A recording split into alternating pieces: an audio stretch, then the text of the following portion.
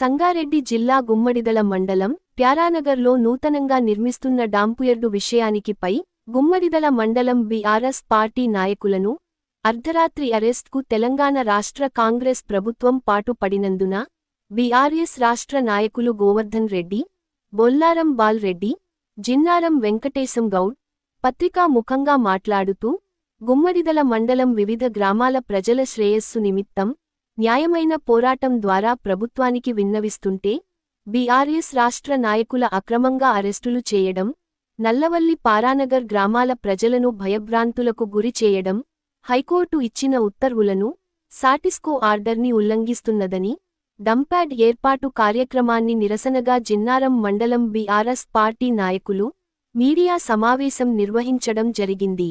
ఈ సందర్భంగా ప్యారానగర్లో డంపుయార్డు పనులను తక్షణమే ప్రభుత్వం విరామించుకోవాలని, అక్రమ అరెస్టులను మానుకోవాలని, అక్రమంగా అరెస్టు చేసిన బీఆర్ఎస్ రాష్ట్ర నాయకులను, బీఆర్ఎస్ కార్యకర్తలను, గుమ్మడిదల మండల వివిధ గ్రామాల ప్రజలను, రైతులను బేషరతుగా విడుదల చేయాలని డిమాండ్ చేయడం జరిగింది.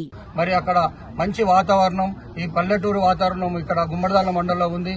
పంటలు పండించుకొని పాడి పశువులను చూసుకుంటూ అక్కడ జీవనం కల్పిస్తున్న అక్కడ కుటుంబాలకు చాలా మోసం జరుగుతుంది, అన్యాయం జరుగుతుంది అని మరి ఇక్కడ నాయకులు ముందస్తు అరెస్టు చేయడం జరిగింది. అక్కడ వచ్చి వాళ్ళు అడ్డుపడతారని ఇప్పుడు ఏ అడ్డుపడక ముందే ఇక్కడ తీసుకొచ్చి పెట్టడం జరిగింది. మరి ఏ విధంగా అయితే రాత్రి తీసుకొచ్చిరో ఆ విధంగా ఈ రోజు పోలీసు వాళ్ళు వదిలిపెట్టాలని డిమాండ్ చేస్తా ఉన్నాం. ఎందుకంటే బ్యాండ్ ఓవర్ అంటే బ్యాండ్ ఓవర్ ఎందుకు చేస్తారు?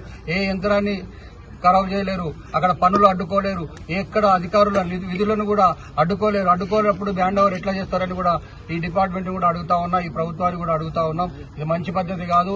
ఇదే విధంగా దౌర్జన్యం చేసి అక్కడ డంప్యార్డ్ చేస్తే ఇంకా ఉద్యమం అనేది తీవ్ర రూపం దాలుస్తుందని కూడా అఖిల పక్షాల ధర్నాలు కూడా జరుగుతాయని కూడా తెలియజేస్తా ఉన్నాం.